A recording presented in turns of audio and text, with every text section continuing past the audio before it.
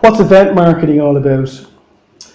Well, first of all, marketing your event is really about answering the right questions. Ask and answer the right questions is the first start point.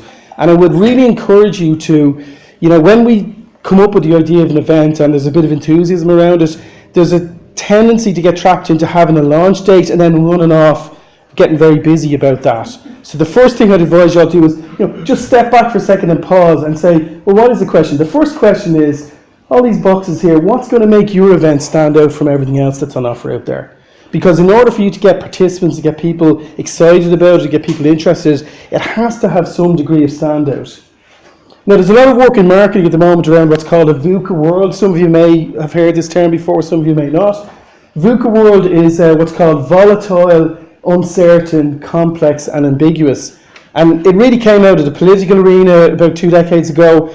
When the political agenda was really uncertain in global politics. A lot of, for example, terrorist attacks were appearing out of the blue and things like that. So there's a lot of theorists that worked on this concept called VUCA.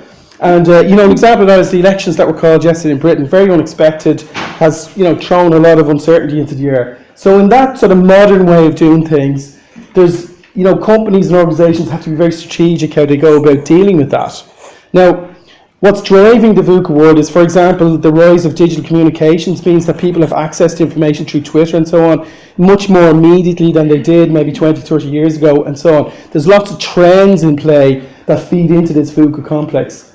Now, the theory behind it is that in order to make progress in a VUCA world, you have to have a very clear vision as to what you're trying to accomplish. You really have to understand who your audience is and what you're providing for them. You have to be very clear in your messaging to that audience. And last but not least, kind of counterintuitively, while you have all that plan in place, you have to be very agile to adapt and adjust your plan as you go along. Does that make sense to people?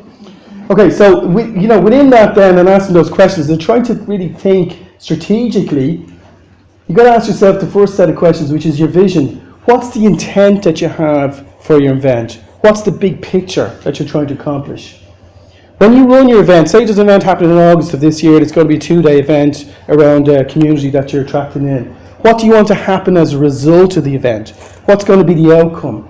Try to get that onto one page. And again, if you've got a few months to plan something, spend a day working on that and really get that down to one clear page articulating what your event is all about, what you want to happen as a result, and make it clear. Once you have that one-page summary, you can leverage that vision across all your media. So, for example, if you go onto Twitter to tweet about the event, or if you write some article that you want to get published in a newspaper about the event, every time that you touch media content, you can leverage it off your one-page vision. The intent then builds into who the target audience is. Who do you want to come along and attend the event? Who's your ideal attendee? Who are the people that what I try to challenge groups to do is to say, who are the people who will attend your event that you can help the most?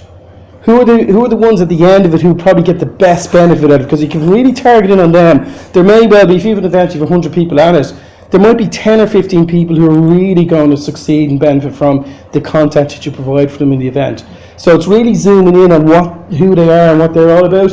Because if you can dream big enough for them, then you can really motivate your audience. If you don't have that clearly defined and articulated, the event can be misunderstood what it's all about and the communications won't be clear enough. Does that make sense?